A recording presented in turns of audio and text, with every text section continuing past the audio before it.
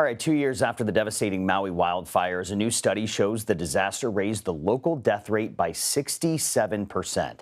According to research published in the journal Frontiers in Climate, the disaster temporarily made wildfires the leading cause of death in Maui.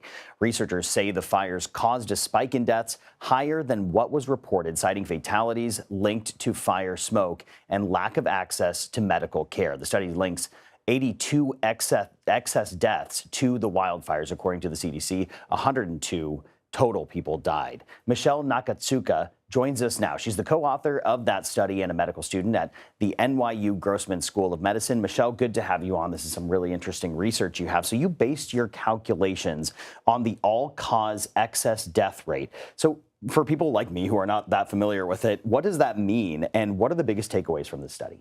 Sure. So all-cause excess mortality, which was the primary finding we looked at in our study, is defined as the difference between the observed and the expected number of deaths during a given month. So in this case, August 2023, the month of the Lahaina wildfire. What we did is we basically trained a model on 5 years of CDC data leading up until the wildfire to expect a certain baseline number of deaths, and from there subtracted that baseline out, and we're able to determine what the excess number of deaths then resulting from the fire was. And so the observed number we looked at was the official death report from Maui County. The expected death number was based on our model findings, and that difference was 82 deaths. So a 2/3 increase from baseline in what we would have expected in terms of mortality. Wow. So, these fires were just so devastating in that region. It must be so difficult to collect all the data points and to kind of sift through it. How did you account for all the different types of deaths that can be attributed to wildfires? Yeah, and that's a great question, because I think when we think of wildfires, we tend to think of what we call direct deaths as opposed to indirect deaths.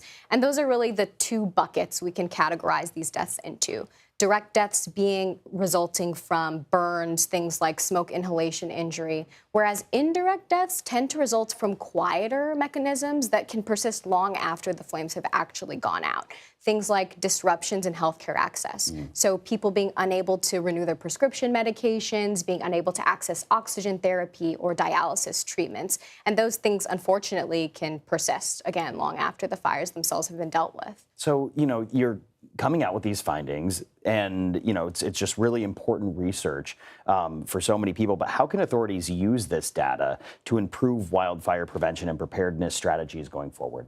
I think that's the key question here. And really, because we just talked about the two different causes of direct and indirect deaths, I think the prevention strategies themselves call for a two-pronged approach. So first, in addressing direct deaths, we need better climate modeling. And that calls for more temporally and regionally specific data that we can use to anticipate shifts in the climate that might predispose to things like this climate-amplified disaster in the case of the Lahaina wildfire.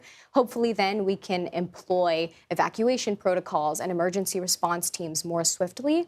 And we also advocate in the paper for better long-term solutions, things like implementation of native Hawaiian agroecological solutions. So things like planting breadfruit trees, lo'ikalo, which are taro farms, or lokoi'a, which are fish ponds. And these things help keep the land more resilient and wet so that when you have things like wildfires occurring, the propagation of flames is stopped and doesn't move further than that. And then in terms of addressing the indirect deaths, making sure we have infrastructure in place so that people are able to access healthcare and we aren't experiencing those disruptions to things like dialysis treatments, oxygen therapies, et cetera, just so that we can really minimize the impact these fires are having on our communities. Yeah, well, just such important research that you've done. So congratulations on that, Michelle Nakatsuka. We appreciate your time. Thank you.